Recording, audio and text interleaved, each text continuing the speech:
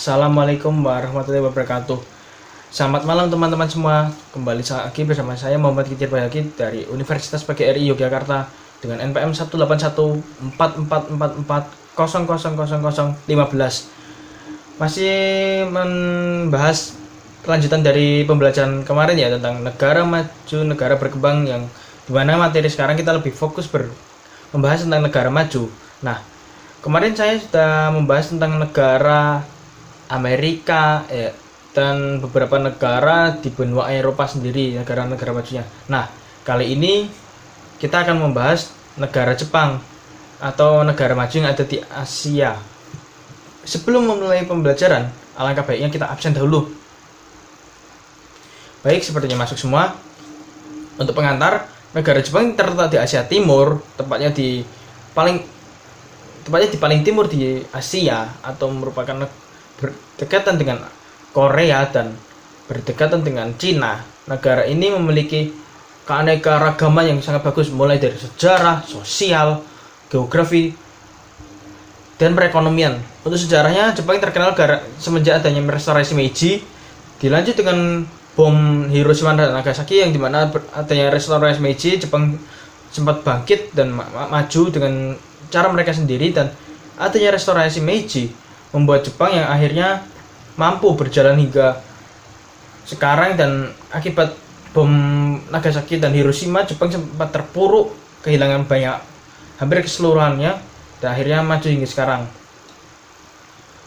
Dari situ kita bisa melihat berbagai macam karya-karya negara Jepang seperti kendaraan, TV, laptop, kipas angin, dan lain sebagainya merupakan produksi dari negara Jepang.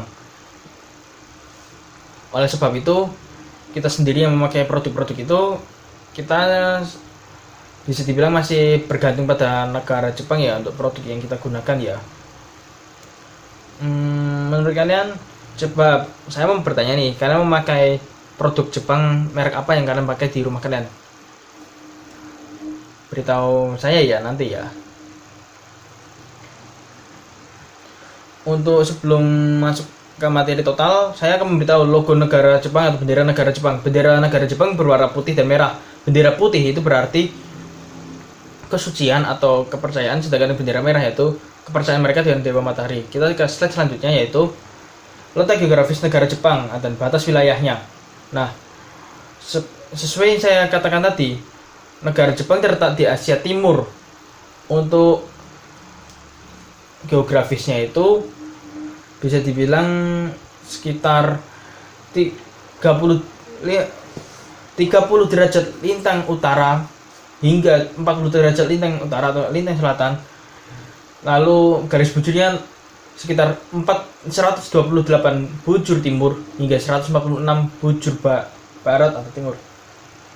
Nah, dari sini kita bisa melihat untuk batas wilayah Jepang itu ada 4 batas wilayah, yang di 4 sisi batas wilayah. Mulai dari batas wilayah barat berbatasan dengan Laut Jepang dan Selat Korea, sebelah barat berbatasan dengan Laut Jepang, sebelah barat berbatasan dengan Laut Jepang dan Selat Korea, sebelah timur berbatasan dengan Samudra Pasifik, sebelah utara berbatasan dengan Laut Okhotsk, sebelah selatan berbatasan dengan Laut Filipina dan Laut Cina Timur. Dengan adanya perbatasan ini, negara Jepang dalam melakukan latihan militer, pengembangan kelautannya, mereka tidak akan melewati garis batas wilayah atau dikenal dengan garis ZEE.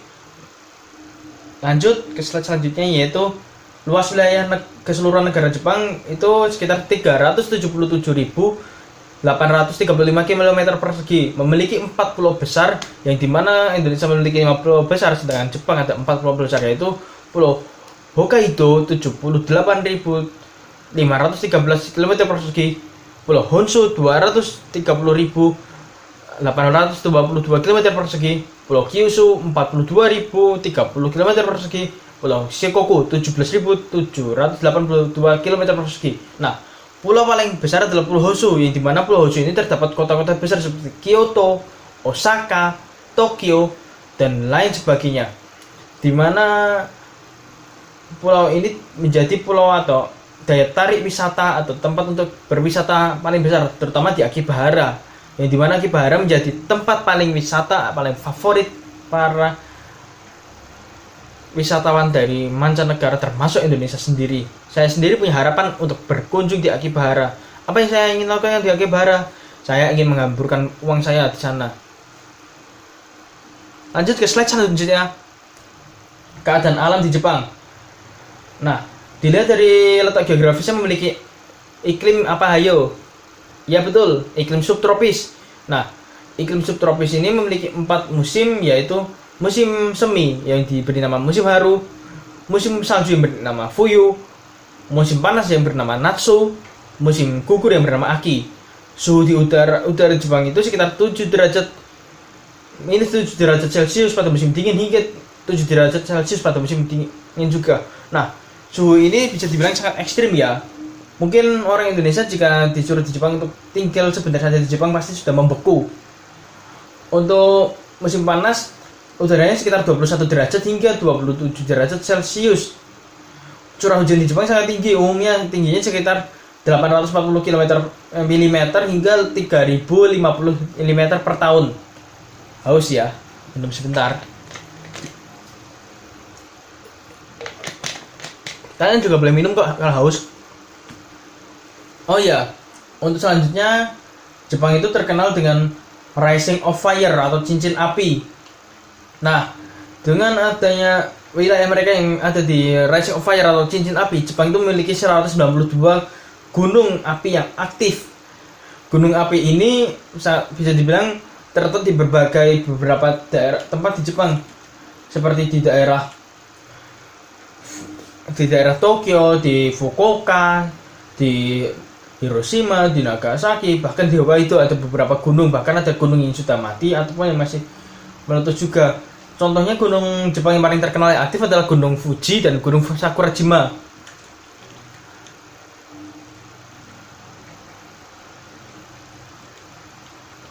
Nah, untuk gunung ini bisa dibilang gunung aktif karena kenapa? Gunung Fuji itu gunung aktif tapi sudah lama tertidur, terakhir meletus pada tahun 1700-an. Sedangkan Gunung Sakurajima memiliki kemiripan dengan Gunung Merapi yang ada di Indonesia. Kenapa punya kemiripan? Karena gunung ini memiliki siklus tahunan atau waktu meletus yang tidak menentu.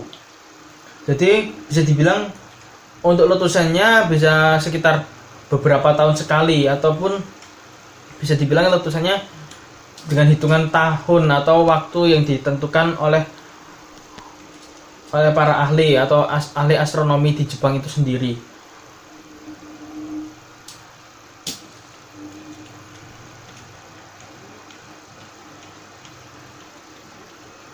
Lanjut ke slide selanjutnya, yaitu adanya gempa dan tsunami di Jepang.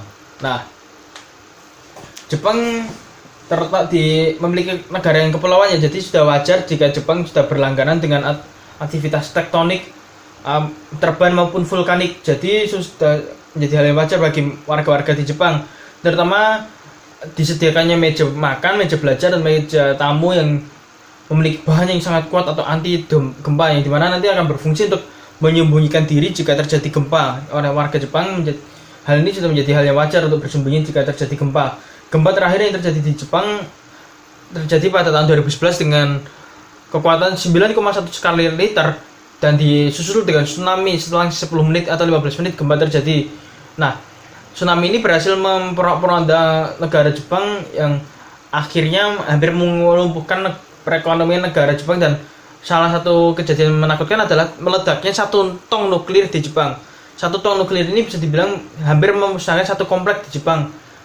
Untungnya letaknya tong ini bisa diredakan dengan air hujan yang waktu itu juga terjadi setelah tsunami terjadi. Lanjut di slide selanjutnya, yaitu fauna dan flora. Mari kita bahas yang fauna dahulu. Fauna di Jepang itu ada berbagai macam, tapi saya sudah menginput sebagian. Untuk yang pertama adalah monyet salju. Nah, monyet salju ini berada di tempat-tempat yang dingin di Jepang. Dengan adanya monyet salju ini, mereka orang Jepang akan mengerti jika yang kedinginan bukan hanya kita, melainkan mamalia itu juga punya kedinginan, bisa kedinginan. Monyet Jepang atau monyet salju ini memiliki bulu yang sangat tebal dan kulit yang merah. Monyet ini sangat gemar berendam di onsen atau pemandian air panas. Yang kedua, rusa Nara. Rusa Nara tinggal di Taman Nara. Nah, di kota Kyoto. Rusa ini sangat jinak pada pengunjung, tapi juga agresif jika pada musim kawin. Nah, rusa-rusa ini sangat sopan pada pengunjung. Dengan kesopanannya, rusa ini sangat disukai oleh para pengunjung, bahkan biksu kuil melindungi rusa ini. Lanjut ke hewan selanjutnya, yaitu kelinci Jepang. Nah, di Jepang ada salah satu pulau yang ditinggali hanya oleh seekor kelinci. Kelinci ini tinggal di pulau itu sudah sangat lama. Orang-orang Jepang beranggapan kelinci-kelinci ini dilindungi, oleh karena itu tidak diizinkan kelinci-kelinci yang ada di pulau itu untuk dibawa pulang oleh para pengunjung. Lalu ada tanuki. Tanuki itu mirip apa sih? Doraemon? Bukan. Musang? Bukan. Rakun? Ya, betul, mirip rakun, hanya saja hewan ini memiliki bulu yang tebal. Tanuki selain memiliki bulu yang tebal, hewan ini juga cukup jinak, walaupun nanti juga akan menyerang jika anak-anak mereka diganggu. Tanuki gemar sekali makan makanan seperti buah-buahan dan sayur-sayuran. Bahkan juga terkadang juga makan daging. Mari kita lanjut ke hewan selanjutnya, yaitu Akita Inu atau anjing Akita. Anjing Akita terkenal semenjak ada filmnya Hachiko. Nah, anjing yang terkenal setia pada tuannya ini atau sang profesor menjadi ciri khas atau menjadi simbol di stasiun Shibuya, Tokyo. Nah, anjing ini dikenal dengan kesetiaannya dan sangat suka dilatih. Nah, tapi bisa dibilang anjing ini tidak cocok untuk para pemula ya, karena sangat sulit untuk melatihnya. Walaupun begitu, anjing ini menjadi top favorit dipelihara di Jepang. Seperti namanya Akita Inu, bisa lahir atau besar bisa ditemukan di peternakan anjing di Akita. Lanjut ada alpaka. Alpaka itu punya kemiripan dengan ilama di Amerika. Bedanya alpaka itu memiliki telinga yang runcing ke atas, sedangkan ilama memiliki telinga yang berbentuk seperti pisang. Nah, hewan ini gemar sekali makan sayur-sayuran dan rumput-rumputan. Lanjut ke hewan terakhir, yaitu giant salamander. Giant salamander atau salamander raksasa ini ditemukan di sungai-sungai di Jepang. Nah, giant salamander ini memiliki ukuran yang fantastis, mulai dari 10 meter hingga 13 meter. Nah, selain itu, hewan giant salamander ini atau reptil ini dilindungi karena akibat perburuan liar, hewan ini akhirnya dijadikan hewan yang dilindungi di Jepang. Lalu untuk apa sih giant salamander ini? Giant salamander ini digunakan untuk membuat sashimi. Oleh sebab itu, pemerintah Jepang melakukan peternakan atau untuk giant salamander. Lanjut, yaitu flora asli Jepang. Flora asli Jepang itu ada sakura, Petalias japonicus, dan Cinnamomum campora. Sakura atau bunga sakura memiliki ciri khas yang bunga berwarna pink dan mudah sekali ditemukan di penjuru seluruh Jepang. Kemudian bunga sakura sampai terkenal di Indonesia, bahkan di kota Surabaya ada distrik yang memiliki bunga sakura di pinggir jalan. Walaupun kita tidak bisa parkir, tapi kita masih diizinkan untuk berfoto di daerah tersebut. Nah, selain itu ada Petalias japonicus. Petalias japonicus ini memiliki daun yang beracun. Walaupun beracun, tapi bunganya sangat sering dikonsumsi oleh warga Jepang untuk dijadikan sayur-sayuran atau tambahan bumbu makanan. Lalu ada Cinnamomum campora. Cinnamomum campora ini berfungsi untuk pengharum ruangan atau hiasan ruangan. Nah, bentuk pohonnya itu besar dan tinggi. Mungkin kalian akan memikirkan pohon ini memiliki kemiripan dengan beringin ya, tapi berbeda. Lanjut ke slide selanjutnya, yaitu suku Ainu atau yang ada di Hokkaido. Nah, suku Ainu ini sudah ada sejak zaman restorasi Meiji. Seperti yang saya sebutkan tadi ya, suku ini sempat terlupakan oleh warga kehilangan hak politisnya di Jepang. Tetapi sekarang suku Ainu menjadi daya tarik wisata di Sapporo, karena wisatawan yang jauh-jauh datang ke Jepang mereka akan bangga jika melihat suku ini. Karena apa? kita bisa melihat aktivitas-aktivitas suku Ainu secara langsung di tempat tinggal mereka, seperti membuat kerajinan tangan, tari-tarian tradisionalnya, berburunya, bercocok tanamnya, dan lain sebagainya. Selain itu, wisatawan juga diundang untuk masuk ke dalam rumah mereka yang berbentuk jerami, yaitu dikenal dengan pondok beruang atau kuma house. Kuma yang berarti bahasa Jepang, atau yang artinya beruang. Nah, selain itu, makanan favorit mereka adalah ikan salmon asap. Mereka percaya pada dewa mereka, yaitu dewa kuma atau dewa beruang. Bukan dewa Shinto, agama mereka percaya pada Dewi Amaterasu ya, bukan, kalau mereka berbeda. Lalu lanjut ke sumber daya alam. Mineral di Jepang sumber dayanya sangat terbatas dan bisa dibilang sangat rendah. Karena itulah negara Jepang melakukan impor besar-besaran untuk sumber daya mentah dan bahan bakar. Batu bara di Jepang kualitasnya sangat rendah, kalah dengan, bahkan dengan Indonesia pun batu baranya kalah. Selain itu, adanya seng, timah tekstil, antimoni dan krom sangat mudah ditemukan di Jepang. Minyak bumi ditemukan di daerah Hosu, tetapi hasilnya masih jauh di bawah rata-rata. Oleh kebutuhan rakyat Jepang, pada akhirnya minyak bumi itu dijadikan melakukan impor besar-besaran dari berbagai negara seperti Eropa dan Amerika. Sumber daya yang cukup di Jepang itu hanya berupa belerang. Belerang ini terbentuk dari perbentukan kepulauan Jepang pada awal terbentuknya. Bisa dicek di googling ya, atau searching ya. Untuk selain itu, ada perkembangan pesat. Peternakan di Jepang itu berkembang pesat, terutama pada sapi di kota Kobe. Pemerintah di Jepang, lembaga berupa kaisar, kabinet, dewan negara, dewan audit, mahkamah agung, dan dewan angkosador. Nah, sistem pemerintahan Jepang tidak lepas dengan sistem politik Jepang, karena sistem pemerintahan adalah bagian dari sistem politik. Dengan begitu, sistem politik di Jepang juga memiliki sistem pemerintahan Jepang yang mempengaruhi dalam membuat sesuatu kebijakan.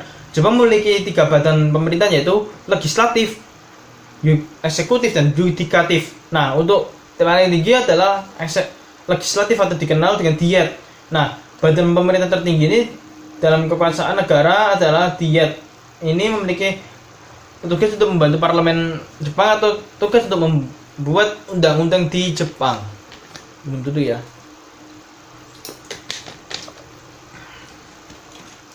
Lalu kita lanjut ke perekonomian negara Jepang. Lahan pertanian di Jepang berupa hutan dan perikanan sangatlah maju. Pertanian di Jepang kebanyakan menanam padi sama seperti di Indonesia, tidak ada nasi, tidak kenyang. Selain itu juga ditanam berbagai sayuran seperti kentang, lobak, kol, mentimun, tomat, selada, bayam, wortel, dan juga tanaman buah-buahan seperti jeruk, apel, semangka, kotak, dan buah naga juga ditanam. Orang Jepang suka makan ikan laut. Jadi sudah wajar ya jika perkembangan perikanan di Jepang sektornya sangat berkembang pesat, mulai dari nelayan-nelayan dan berbagai macam lainnya. Nelayan paling terkenal di Jepang adalah Nagano Makoto, atau yang dikenal sebagai yang memiliki gelar Ninja Warrior di Jepang. Nah, selain itu Jepang terkenal dengan laut pertemuan perairan dingin Oyashio dan perairan laut Kuroshio. Nah, berbagai jenis ikan seperti sauri, salem, bonito, cod, torot laut dijual di pasar Jepang. Bahkan terkadang ada ikan hiu juga bisa dijual di Jepang, yang nantinya ikan hiu ini kan dibuat untuk sup. Untuk dominasi yang paling terkenal adalah sektor industri. Sektor industri di Jepang itu memiliki sektor yang sangat pesat, seperti kendaraan-kendaraan seperti mobil, motor sangat berkembang pesat di Jepang. Terutama kendaraan yang kita kenal di Indonesia kebanyakan diimpor dari Jepang. Lanjut ke selanjutnya, yaitu perekonomian usaha rumahan warga Jepang. Nah, perekonomiannya berupa usaha onsen atau pemandian air panas alami maupun non alami, terbuka maupun tertutup, yang nantinya dikelola oleh orang rumahan. Makanan ringan seperti takoyaki, bola gurita, yakisoba, mie goreng Jepang, kakigori, es serut, dan aneka ragam makanan manisan Jepang lainnya. Di Jepang juga dikenal adanya jasa laundry. Jasa laundry di Jepang memakai mesin yang menggunakan koin, bukan menggunakan uang seperti di Indonesia, atau walaupun masih memakai listrik tapi tetap bayarnya memakai koin. Selain itu, kafe-kafe kecil yang berlokasi di distrik tertentu atau dekat dengan pasar, bukan di pusat kota, merupakan usaha rumahan. Jadi warga di Jepang kebanyakan ada yang membuka usaha kafe seperti kafe keluarga, kafe semua kalangan, Itu kebaikan membuka usaha rumahan. Lanjut, yaitu pendidikan di Jepang. Sekolah di Jepang dimulai pada bulan April atau saat bermekarannya bunga sakura, baik yang bersekolah maupun yang berkuliah. Nah, anak-anak diwajibkan untuk bersekolah hingga 17 tahun. Terus yang 18 tahun bagaimana? Biasanya 18 tahun mereka sudah lulus, jadi bulan April mereka sudah lulus. Di Jepang sekolah swasta lebih pandai dibanding sekolah negeri. Jadi untuk persaingan masuk ke sekolah swasta sangat tinggi. Berbeda dengan sekolah negeri. Sejak kecil mereka sudah diajarkan norma dan tingkah laku dibanding pengetahuan. Ujian akhir negara Jepang adalah ujian negara yang menjadi penentuan masa depan. Berbeda di Indonesia, untuk berlanjut berkuliah kita harus hanya mengandalkan SBMPTN atau SNPTN. Sedangkan di Jepang kita untuk melanjutkan ke sekolah selanjutnya harus melakukan ujian akhir. Khusus di sekolah dasar tidak memakai seragam sekolah. Berbeda di SMP dan SMA sudah wajib memakai seragam sekolah. Di SMP seragam sekolahnya memakai rok sekitar lutut, kaos kaki yang panjang, dan dasi yang berbentuk pelaut atau sailor. Nah, untuk bajunya biasanya kebanyakan berwarna putih. Berbeda dengan SMA, kebanyakan berwarna hitam dan memakai dasi kupu-kupu dengan berbagai macam warna seperti merah, biru, hijau, kuning, ataupun warna-warna lainnya. Nah, itu warna itu menunjukkan bahwa pangkat mereka atau jabatan mereka seperti anak atau status mereka sekarang di tahun keberapa. Selain itu, para siswa beranggapan bahwa kehadiran di sekolah itu 99%. Jadi sudah hal yang wajar ya warga di Jepang jika ada yang sakit tetap berangkat ke sekolah untuk belajar. Jadi mereka beranggapan jika mereka tidak ke sekolah mereka tidak akan dapat ilmu, dan jika mereka bolos, ilmu yang mereka dapatkan menjadi kurang. Lanjut ke slide selanjutnya, yaitu kehidupan sosial orang Jepang. 91% tinggal di kota seperti di Tokyo, Osaka, Kobe, Nagoya, Fukuoka, Kitakyushu, Sapporo, dan masih banyak lainnya. Untuk jumlahnya sekitar 124.763.464 warga Jepang. Penduduk Jepang terdiri dari atas beberapa etnis, tetapi dominan adalah orang Jepang 98%, Korea 0,5%, Cina 0,4%, dan lain sebagainya 0,6%, seperti orang Indonesia yang tinggal atau menikah pada orang Jepang. Lanjut, prinsip orang Jepang. Prinsip orang Jepang itu adanya yang pertama itu prinsip Bushido. Prinsip Bushido itu adalah prinsip bekerja keras, tak kenal lelah, dan tidak akan istirahat jika belum mencapai hasil maksimal. Nah, untuk belajar atau bekerja mereka tetap akan melakukan prinsip Bushido. Yang kedua, prinsip samurai. Prinsip samurai mengartikan harga diri yang tak kenal menyerah. Samurai terkenal dengan jika mereka gagal dalam melakukan atau mempertahankan wilayah, mereka akan melakukan harakiri atau menusuk pedang ke perut mereka. Nah, selain itu, prinsip samurai juga bertujuan untuk membantu pengembangan perekonomian negara Jepang. Lalu ada prinsip Kaizen. Prinsip Kaizen ini berarti kerja keras, bekerja kreatif, dan tidak kenal lelah atau inovatif serta produktif yang tinggi. Kalau yang lelah tadi Bushido ya. Nah, prinsip ini digunakan untuk anak-anak yang memiliki ingin melakukan aktivitas atau berkreativitas dalam yang inovatif atau membuat sesuatu, kerajinan ataupun sebagainya. Yang terakhir adalah prinsip Kaizen. Prinsip Kaizen ini adalah prinsip tepat waktu dalam bersekolah maupun bekerja. Untuk kereta-kereta di Jepang, mereka juga melakukan tepat waktu. Jika mereka lebih dulu berangkat, staf stasiun akan meminta maaf dalam membentuk pengumuman mulai di TV dan berbagai macam lainnya. Selain itu, jika kita terlambat di Jepang, kita akan rugi. Rugi apa? Rugi klien kita, rugi waktu kita, dan rugi berbagai macam. Oleh sebab itu, orang Jepang itu tidak suka artinya ngaret atau waktu yang sangat kurang. Lalu yang selanjutnya, ucapan selamat pagi di Jepang. Ucapan selamat pagi di Jepang sudah menjadi hal yang wajar atau wajib dilakukan, yaitu Ohayo gozaimasu yang berarti selamat pagi. Nah, ini sudah menjadi kebiasaan orang-orang Jepang untuk mengucapkan salam kepada orang yang lebih tua, adalah hal yang wajib bagi baik mereka kenal maupun tidak dikenal. Mereka itu saudara, mereka itu tidak saudara, mereka itu kerabat ataupun orang tua, mereka tidak mementingkan. Yang penting mereka akan mengucapkan kalimat Ohayo gozaimasu untuk sebagai tanda selamat pagi atau balas salam, atau biasa dikatakan domo untuk membalas salam tersebut. Agama di Jepang mayoritas adalah agama Shinto 83%, sisanya agama Buddha 71%, Kristen 2%, dan lainnya 7,8%, mulai dari Katolik, Islam, Katolik, Konghucu, dan lain sebagainya. Nah, presentasinya lebih banyak agama Shinto dan agama Buddha. Untuk gambar ini yang pertama adalah gambar upacara saat adanya upacara adat atau upacara festival. Yang kedua adalah upacara kekuil atau ziarah kekuil atau dilakukan pada tahun baru. Nah, mereka akan melemparkan koin dan membaca doa dengan mengucapkan keinginan mereka nanti di masa depan. Lalu setelah itu mereka akan melakukan undian berupa koin dengan sistem gacha, yang nantinya sistem gacha ini akan dibuat dalam bentuk dan ditulis di bentuk kertas apa keinginan mereka nanti di masa yang akan datang. Nah, upacara agama Shinto yang pertama itu dilakukan pada tanggal 1 hingga 15 pada tiap bulan. Dilakukan pagi hari sebelum beraktivitas. Pemula agama Shinto akan melakukan pembersihan diri. Setelah melakukan pembersihan diri, mereka akan melakukan menuju altar keluarga, menundukkan kepala dan membaca doa begini. Diam sejenak, entah itu berapa lama, baru mereka berangkat. Nah, sebelum mereka berangkat, mereka akan mengucapkan begini, Iterasai, yang berarti aku berangkat, atau aku berangkat dulu. Entah itu orang tua maupun orang muda akan mengucapkan ini pada keluarganya. Nah, keluarganya akan membalas begini, Iterasene, atau hati-hati di jalan. Nah, selanjutnya upacara persucian diri dilakukan di kuil-kuil terkeramat. Nah, kuilnya di mana? Saya juga tidak tahu karena ini dirahasiakan. Nah, untuk melakukan ini akan dilakukan yang pertama kesai atau pembersihan diri, dilanjut dengan hiyahara yang dipimpin oleh pendeta Shinto. Pendeta Shinto akan mengibaskan tongkat begini. Tongkatnya itu akan sudah dilapisi dengan kertas mantra yang akan nantinya tongkat ini akan berfungsi untuk membantu atau diarahkan ke objek atau orang yang akan disucikan. Setelah dianggap suci, ditutup dengan upacara sesaji. Bedanya di Jepang, sesaji yang dilakukan menggunakan ranting pohon dan dilengkapi dengan padi, buah-buahan dan persembahan lainnya, dan termasuk minuman sake. Lanjut ke selanjutnya, kebudayaan orang Jepang. Kebudayaan orang Jepang itu dimulai dari upacara minum teh, pakaian tradisional, hanami, dan ikebana.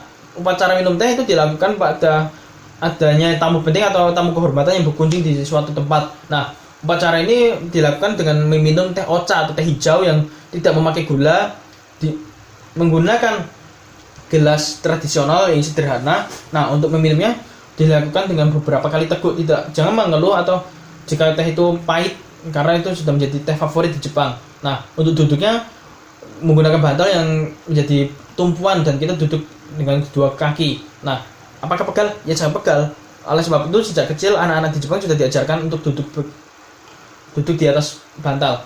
Selanjutnya pakaian tradisional. Di Jepang ada dua pakaian tradisional, yaitu kimono dan yukata. Kimono digunakan saat adanya upacara pernikahan, sedangkan yukata digunakan pada saat adanya upacara atau festival. Bedanya memiliki lipatan dengan garis yang masing-masing walaupun dengan motif yang sama. Lalu ada ikebana. Ikebana atau menghias tanaman atau bunga. Nah, bunga yang dihias dilakukan dibantu dengan berbagai macam daun-daunan, ranting-rantingan yang nantinya akan membentuk suatu bunga yang baru. Bunga ini berfungsi untuk menghias ruangan. Lalu ada hanami. Apa itu hanami? Hanami adalah menikmati keindahan bunga sakura pada musim mekarnya bunga sakura, yaitu bulan April. Warga di Jepang sudah menjadikan kebudayaan ini kebudayaan wajib, karena jika kita tidak mengunjungi bunga sakura atau melakukan hanami, kita akan rugi dan kita harus melakukan tahun depan. Nah, selama melakukan hanami, para perempuan masih akan memasak hidangan yang akan dimakan oleh bersama dengan teman-temannya. Sedangkan laki-laki akan menyiapkan minuman-minuman berupa alkohol atau jus-jus yang dibuat. Lalu kebudayaan selanjutnya ada kebudayaan Japan Matsuri. Japan Matsuri ini dilakukan setiap 4 musim tersebut. Nah, apakah pada musim salju akan kedinginan? Tidak, karena sudah ada penghangat ruangan di setiap stand atau tiap tempat. Selain itu, Japan Matsuri ini dimeriahkan dengan tarian-tarian tradisional. Lalu ada drum besar yang dikenal dengan nama taiko. Cara memainkannya begini, dung dung dung tak, begitu, bukan tik, itu bukan ya. Lalu selanjutnya ada shogi. Shogi ini merupakan catur Jepang. Bedanya tidak berwarna hitam dan putih, melainkan hanya berwarna satu warna saja. Cara memainkannya cukup sederhana. Kita hanya memainkan hingga habis ataupun kita hanya perlu mengincar rajanya. Hampir sama seperti catur biasa ya. Lalu ada tako. Tako itu apa? Tako itu adalah layangan raksasa di Jepang dengan tinggi atau besarnya sekitar 12 hingga 14 meter, beratnya puluhan kilo hingga ratusan kilogram. Layangan ini dimainkan setiap pada tanggal hari atau pada saat hari anak laki-laki di Jepang. Nah, untuk layangan ini akan dihias dengan berbagai ornamen dan ditulis nama anak laki-laki. Para orang tua percaya jika layangan ini semakin tinggi, maka anak laki-laki akan semakin sehat dan semakin kuat. Lanjut ke selanjutnya, yaitu pembahasan terakhir ya. Nama asli Nippon, ibu kota Tokyo, kepala negara kaisar atau Naruhito, bentuk negara kekaisaran, kepala pemerintahan perdana menteri, bahasa yang digunakan bahasa wajib Jepang, huruf katakana hiragana, mata uang yen, lagu kebangsaan Kimigayo, hari besar 3 November 1946 atau konstitusi negara Jepang, pendapatan per kapitanya 44.380 US dollar pada tahun 2018. Sekian dari penjelasan materi saya. Mungkin ada yang mau bertanya? Tidak ada ya. Nah, saya akan menjelaskan, akan memberikan tugas atau PR untuk kalian, yaitu saya meminta untuk kalian menulis atau meresume tentang sejarah kapal perang di Jepang. Terserah mau kapal apa saja. Saya akan memberikan bocoran ya. Ada kapal induk, kapal penjelajah, kapal perusak, kapal selam, dan ada kapal tempur. Nah, kalian bebas untuk memilih kapal saja. Mau kapal Akagi silahkan, mau kapal Kaga silahkan, mau kapal Yudachi silahkan, mau kapal Fubuki silahkan. Kalian bebas memilih kapal-kapal yang mau saya review atau resume. Nah, kapan pengumpulannya batas akhirnya minggu depan via email ya. Kirim ke email saya di kitir2018@gmail.com. Sekian dari penjelasan minggu ini. Sampai jumpa di pertemuan minggu depan. Sebelum pulang kita berdoa dahulu, berdoa menurut kepercayaan masing-masing dimulai. Amin. Sampai jumpa di pertemuan minggu depan. Dadah.